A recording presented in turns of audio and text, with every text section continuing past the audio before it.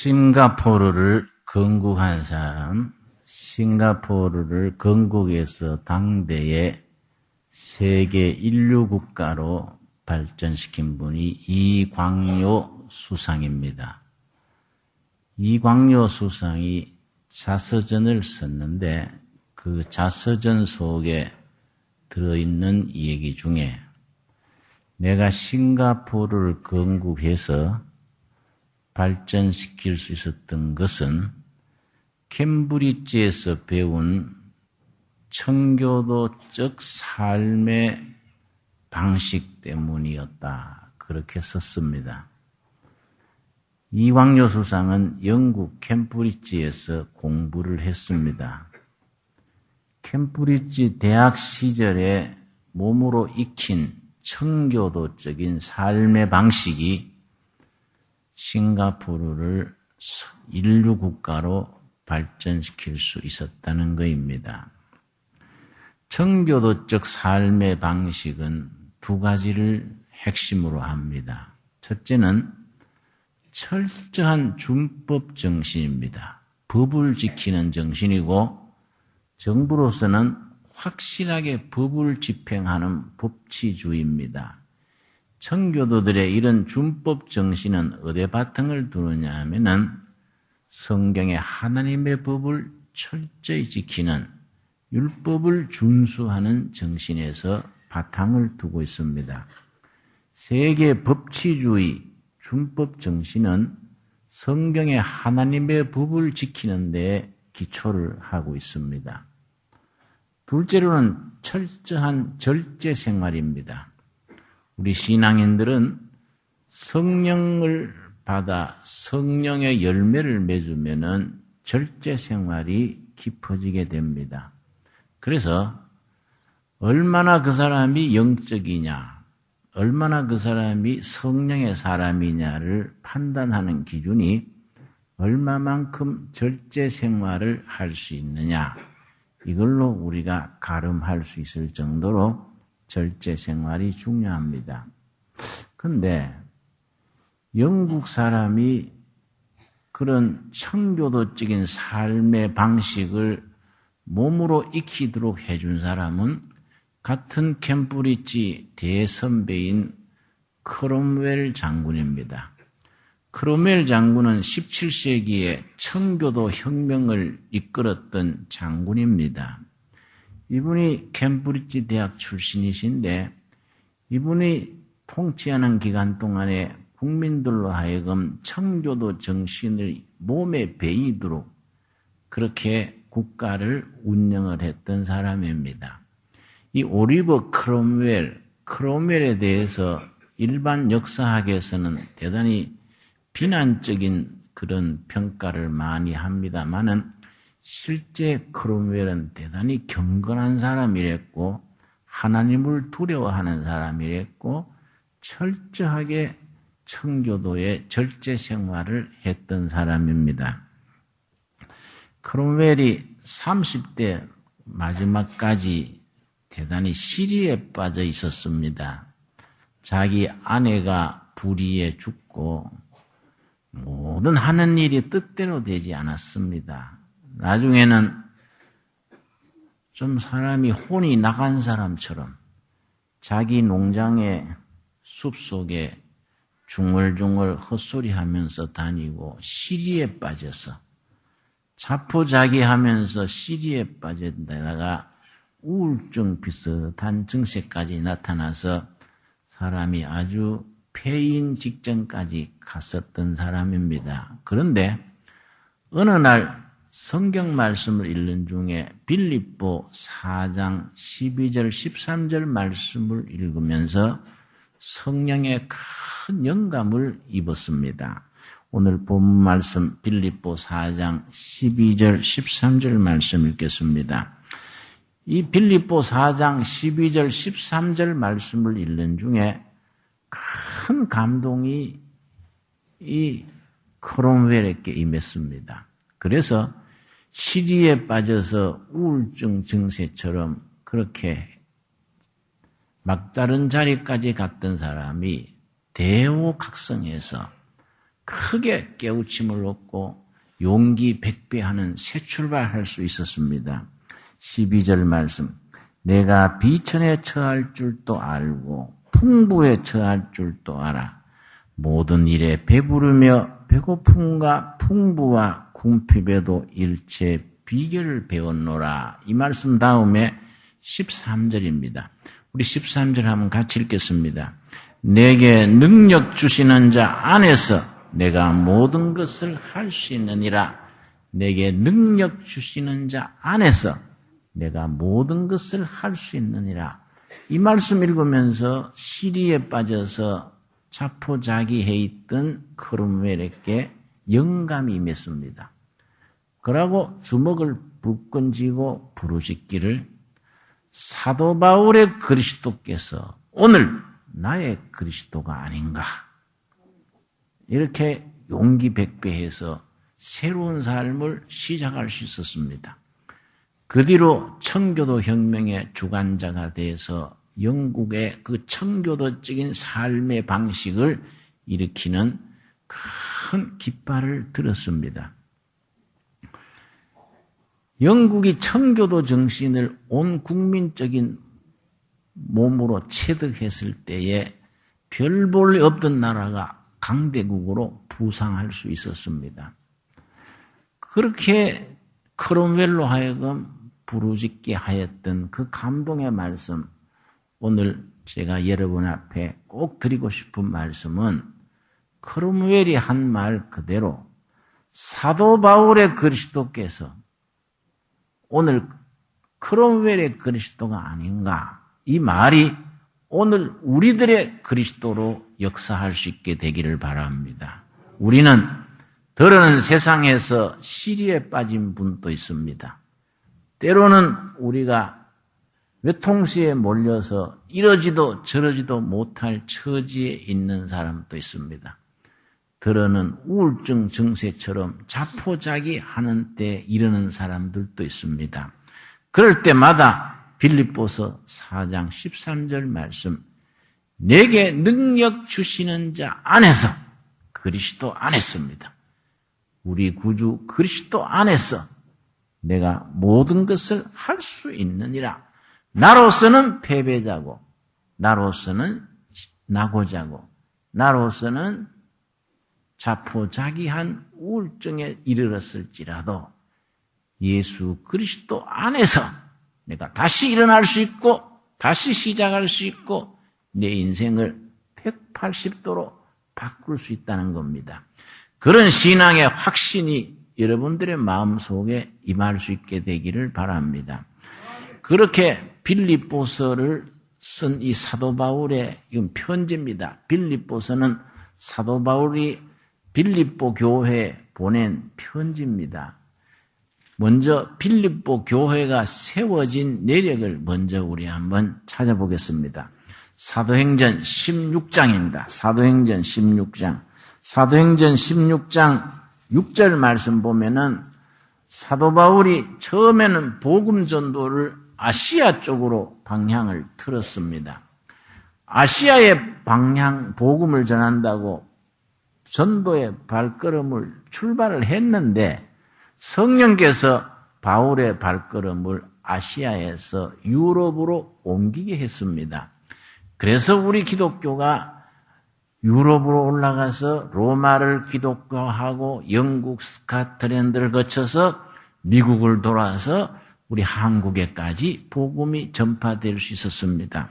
만일에 사도행전 16장에서 바울이 아시아 쪽으로 복음 전도했던 그 발걸음을 그때 성령께서 돌리지 않았더라면은 이 세계 선교의 판도는 완전히 달라졌을 것입니다. 그런 점에서 우리 세계 기독교 역사의 선교사의 사도행전 16장은 대단히 중요한 본문입니다. 6절 말씀. 성령이 아시아에서 말씀을 전하지 못하게 하시거늘 부르기아와 갈라디아 땅으로 다녀가 무시아 앞에 이르러 비두니아로 가고자 애쓰되, 고당 같이 읽겠습니다. 예수의 영이 허락지 아니하시는지라. 예수의 영, 성령님이 선교의 코스를 간섭을 했습니다. 있는 말씀대로 사도 바울이 아시아 쪽으로 복음 전도를 출발했는데 예수의 영, 성령님이 그 코스를 기뻐하지 아니하셔서 성령이 환상 중에 어떻게 나타나셨느냐 하면은 9절 말씀 제가 읽겠습니다. 밤에 환상이 바울에게 보이니 마게도냐 사람 하나가 서서 그에게 청하여 가로되 마게도냐로 건너와서 우리를 도우라 하거늘.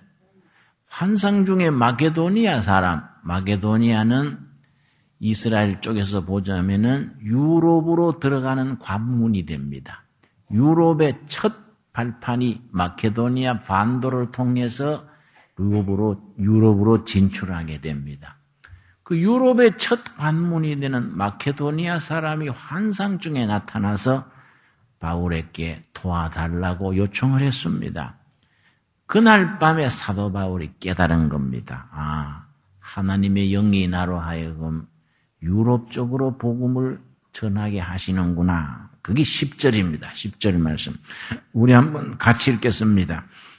바울이 환상을 본 후에 우리가 곧 마게도냐로 떠나기를 힘쓰니 하나님이 저 사람들에게 복음을 전하라고 우리를 부르신 줄로 인정함이라.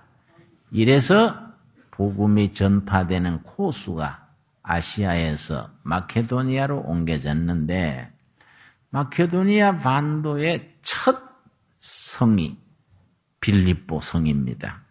9절입니다. 12절 말씀. 16장 12절 말씀. 거기서 빌립보에 이르니 이는 마게도니아 지경 첫 성이요 또 로마의 식민지라 이 성에서 수일을 유하다가 그 마케도니아 반도에 상륙하는 첫 번째 항구 도시가 빌립보입니다. 우리 아시아로 말하면은 아시아로 진출하는 태평양 쪽에서 아시아로 진출하는 교도부가 한반도가 됩니다. 한반도를 가로질러서 중국 대륙으로 나갑니다. 한반도의 첫 도시는 부산 항구입니다. 빌립보는 아시아로 말하면 부산 항구 비슷한 위치에 있습니다. 바울이 거기에서 며칠간 있으면서 큰 영적인 역사가 일어납니다. 14절 말씀. 두아디라 성의 자주장사로서 하나님을 공경한 루디아라 하는 한 여자가 들었는데 주께서 그 마음을 열어 바울의 말을 청종하게 하신지라. 빌립보에서 첫 교인을 얻었는데 자매님입니다. 비단 자주장사하는 루디아 자매입니다. 루디아 자매가 마음의 문이 열려서 복음을 영접해서 그 복음을 영접하고 난 뒤에 자기 집에 바울 전도대가 머물게 했습니다. 루디아 비단 장사 집에 머물면서 낮에는 길거리에 나가서 전도하고 밤에 들어와서 집에 머물고 했는데 사도 바울이 길거리에 나가면은 이상한 여자가 자꾸 나타나는 겁니다. 어떤 여자냐 하면은 16절입니다. 16절 말씀. 우리가 기도하는 곳에 가다가 점하는 귀신 들린 여종 하나를 만나니 점으로 그 주인들을 크게 이해하게 하는 자라. 그 시대는 여종 노예가 있을 때입니다. 여종인데 귀신이 걸려서 쪽집게 무당처럼 쪽집게로 점을 쳐주는 겁니다. 그 뒤에 주인이 돈은 받아먹고 점은 이 여종이 치는 겁니다. 이 여종이 영적인 세계를 아는 귀신 들린 여자니까 사도 바울 전도단 일행을 보고 뭐라 하느냐 하면은 17절입니다. 참 신기한 일입니다. 17절. 바울과 우리를 쫓아와서 소리질러 가로되 이 사람들은 지극히 높은 하나님의 종으로 구원의 길을 너희에게 전하는 자라. 날마다 바울을 따라와가지고 하는 말이 이 사람들은 지극히 높으신 하나님의 종들로 구원의 길을 전하는 자다. 소리 지르는 겁니다. 바울이 매일 그래 하니까 부담스러워가지고 그 귀신 들린 여자에게서 귀신을 쫓아내 줍니다. 그걸 축사라 그럽니다. 귀신을 쫓아내 주는 걸 축사라고 그렇게 말합니다. 18절 말씀. 이같이 여러 날을 하는지라 바울이 심히 괴로워하여 돌이켜 그 귀신에 끼르되 예수 그리스도의 이름으로 내가 너에게 명하노니 그에게서 나오라 하니 귀신이 즉시 나오니라. 아주 영적인 역사가 일어났습니다. 그 귀신이 날마다 귀신 들린 여종이 날마다 바울을 보고 이 사람들은 지극히 높으신 하나님의 종들인데 구원의 길을 전하는 자다. 시장 바닥에서 소리 지르니까 바울이 민망하고 부담돼서 그 소녀에게서 귀신을 쫓아내준 거예요. 나는 예수 그리스도의 이름으로 명하노니 귀신아 물러가라. 아이들은 귀신이 쫓겨나간 거이지요. 저도 한번 하와이에 가서 그런 체험이 있습니다. 여러 해 전에 하와이에 내가 집회를 갔는데 첫날 집회 마친 뒤에 한 50대인 아주머니가 나한테 꼭 드릴 말씀이 있다 그래서 나는 무슨 얘기인가 하고 들었더니 자기 딸이 22살인데 귀신 걸렸다는 거예요. 그런데 목사님, 강사님만 오시도록 간절히 기다리고 있다고 우리 딸을 안수 좀 해 주십시오. 귀신 쫓아내 주십시오. 그래서 나는 영적으로 깊은 사람이 못 돼서 귀신하면 겁부터 나는 사람이란 말이에요. 부담스러워가지고 그런 귀신이 걸렸으면 교회 목사님, 장로님들 모시고 그렇게 예배를 드리시지요. 그랬더니 왜 안 해봤겠습니까? 본교회 장로님, 목사님 모시고 예배 드렸는데 22살 먹은 귀신 걸린 딸이 막 다리를 가지고 장로님 옆구리를 차가지고 갈비뼈가 부러지고 막 굉장했습니다. 아까 내가 벌써 옆구리가 뜨끔한 거예요.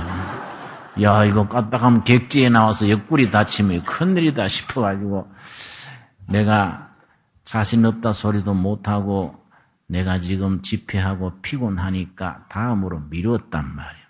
그런데 그 딸을 생각하는 어머니의 정성이 물러나겠습니까?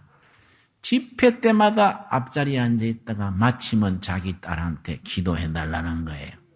시간마다 그러니까 내가 마지막 시간에 그러면은 내가 내일 오늘 저녁에 집회 마치고 내일 LA로 가기 전에 비행장 가기 전에 댁에 가서 그 따님한테 같이 예배드리고 기도하겠습니다. 했더니 아이고 감사하다고 갔습니다.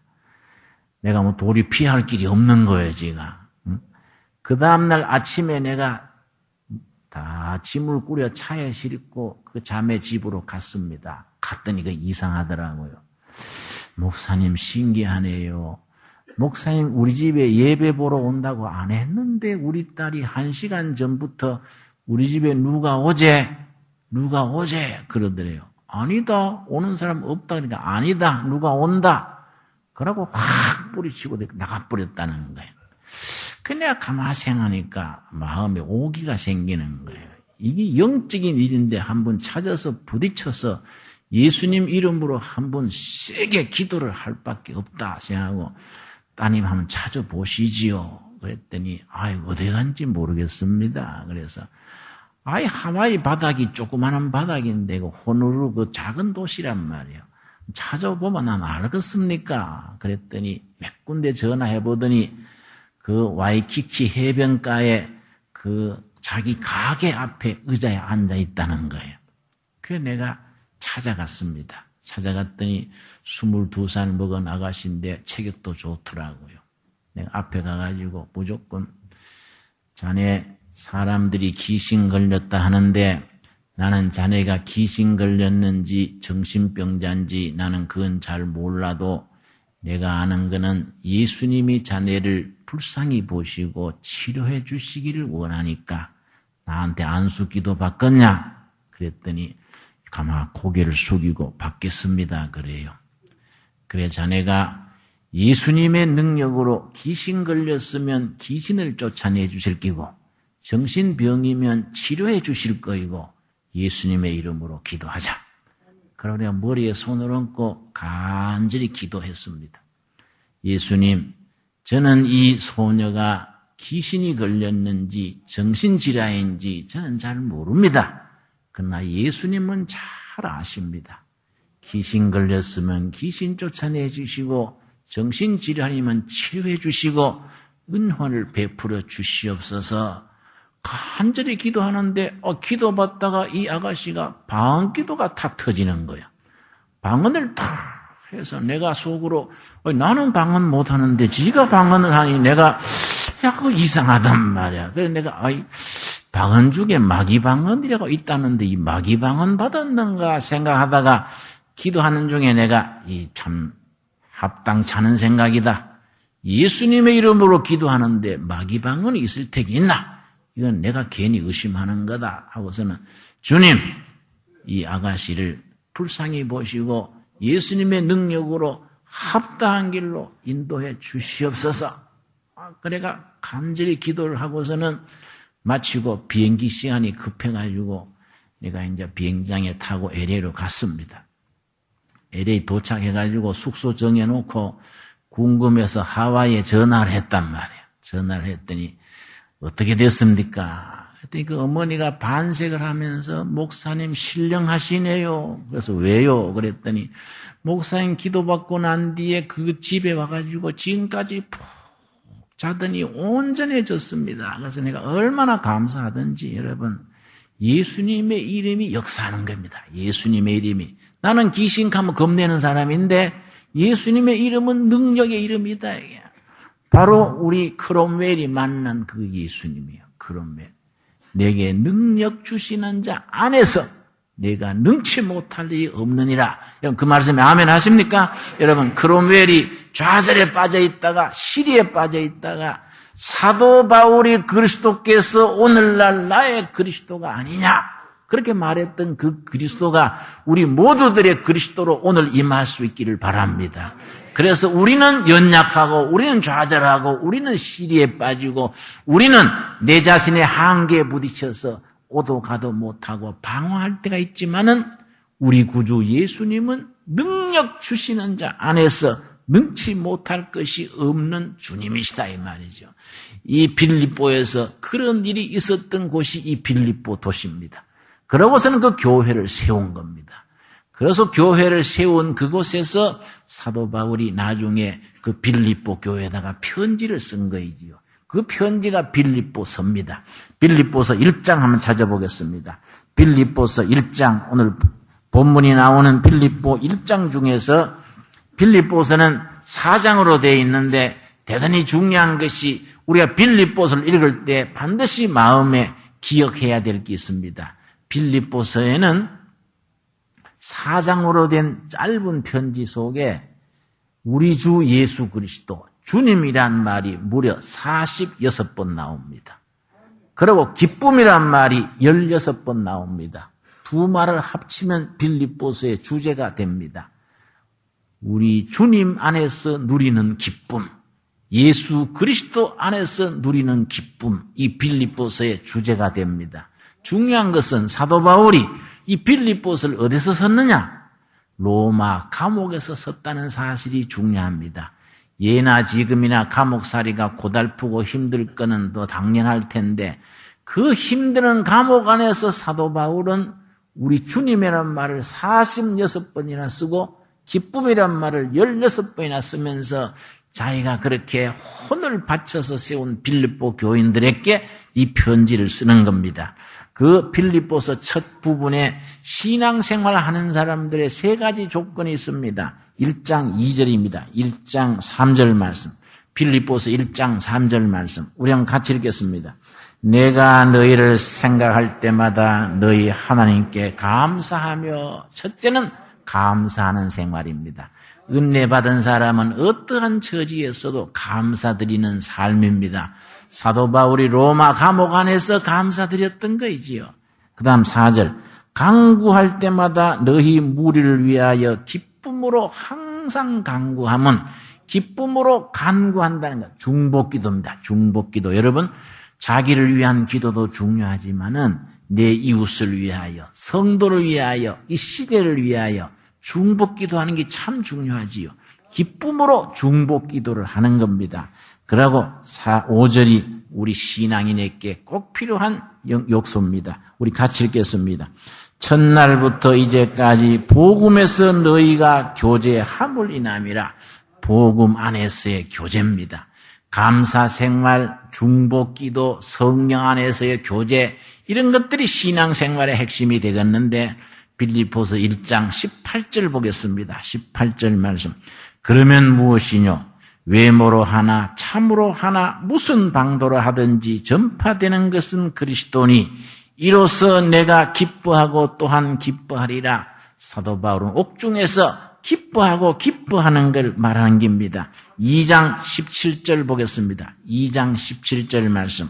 2장 17절 18절에 역시 기쁨에 대해서 거듭 강조합니다.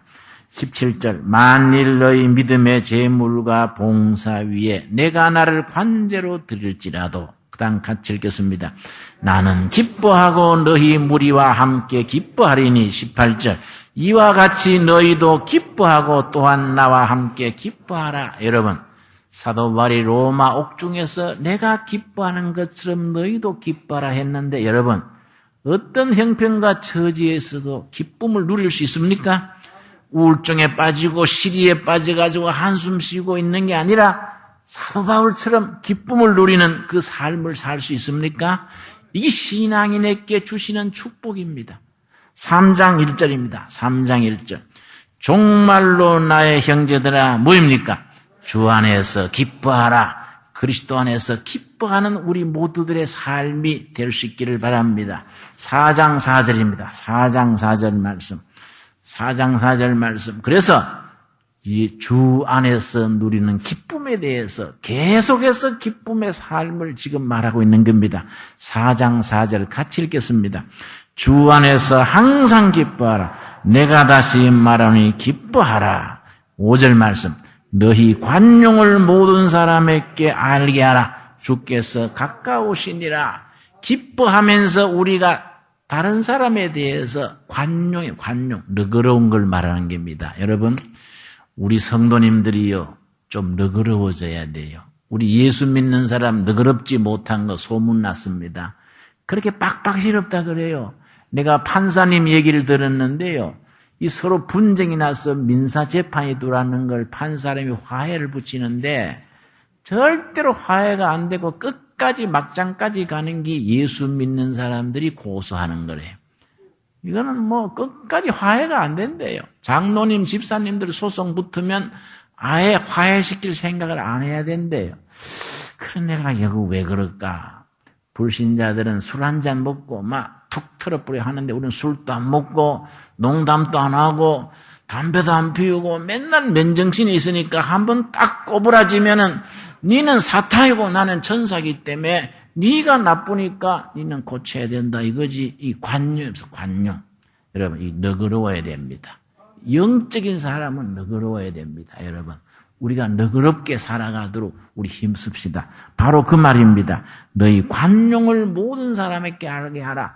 예수님 안에서 기쁨을 누리고 너희 관용을 사람들이 알게 하라. 그런데 실제는 잘 안 된단 말이에요. 그래 하고 싶은데 잘 안 된다 이거지요. 그걸 사도 바울이 뭐랍니까? 4장 13절입니다. 나로서는 안 되는데 되게 해 주시는 분이 있다 이거지요. 이게 오늘 말씀의 결론이고 바로 크롬웰 장군이 그 삶을 변화시킨 말씀이지요. 13절 다시 한번 같이 읽겠습니다. 내게 능력 주시는 자 안에서 내가 모든 것을 할 수 있느니라. 여러분 아멘 하십니까? 예, 크롬웰은 청교도 가정에서 자랐습니다. 그 어머니가 신앙이 독실해가지고 어머니가 어릴 때 크롬웰에게 거듭 말하기를, 크롬웰아 너는 장차 하나님의 편에서 일하는 사람이 돼야 한다. 하나님의 편에서 일하는 사람이 되려면은 기도하는 일과 성경 읽는 일을 중단하면 안 된다. 기도하는 일, 성경 읽는 일을 계속해서 가르쳤습니다. 나중에 크롬웰이요, 청교도 혁명을 이끄는 철기군 군대를 조직해가지고 지휘관으로서 항상 사병들과 같이 전투에 앞장섰습니다. 그런데 크롬웰의 특징이 뭐냐? 전투하는 도중에 짬만 나면 성경 읽는 겁니다. 그러고 틈만 나면은 나무 밑에 가서 기도하는 겁니다. 한 분은 전투하던 도중에 나무 밑에서 성경을 읽다가 다시 전투가 일어나니까 성경을 위에 주머니에 넣고서는 다시 전투에 나갔습니다. 근데 말 타고 진격하다가 총을 맞았어요. 가슴에 총을 맞아가지고 말에서 떨어졌습니다. 떨어지면서 그런 머리 생각하기를 이게 마지막이로구나 그래 생각했는데 말에서 떨어졌는데 이상이 없는 거예요. 웬일인가 분명히 가슴에 총을 맞았는데 웬일인가 보니까 그 총알이 가슴에 넣은 성경에 박힌 거예요. 성경을 펴서 보니까 총알이 어디서 멈추었냐면은 전도서 12장 1절입니다. 네 젊은 날에 여호와를 기억하라. 거기 총알이 딱 멈춰 있는 거예요, 여러분. 그래서 이걸 자기 부하들한테 강조한 거예요.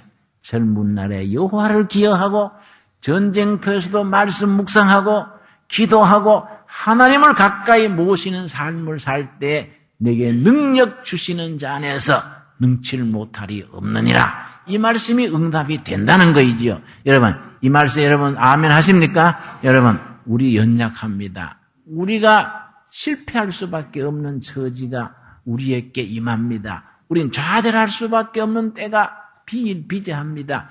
그럴 때마다 우리는 내 자신을 의지하지 말고 열심히 기도할 것이며 열심히 말씀으로 다가갈 것이며 능력 주시는 자 안에서 능치 못할 것이 없는 그 주님 앞에 우리가 엎드릴 것이지요. 여러분, 예수님이 제자들에게 하신 말씀이 있습니다. 마가복음 9장입니다. 마가복음 9장에 예수님께서 자기들의 무능력, 영적으로 무능력한 것에 대해서 탄식하고 갈등하는 제자들에게 예수님이 하신 말씀이 있습니다. 마가복음 9장 그 유명한 변화산상의 얘기입니다. 변화산에서 올라가서 예수님이 큰 환상을 체험하고 내려오는 동안에 제자들은 산 밑에서 벙어리 귀신 들린 소년과 함께 옥시락각시했는데요. 그때 예수님이 산에서 내려오셔서 그 소년을 치료해 주시면서 하신 말씀 9장 23절입니다. 마가복음 9장 23절 말씀.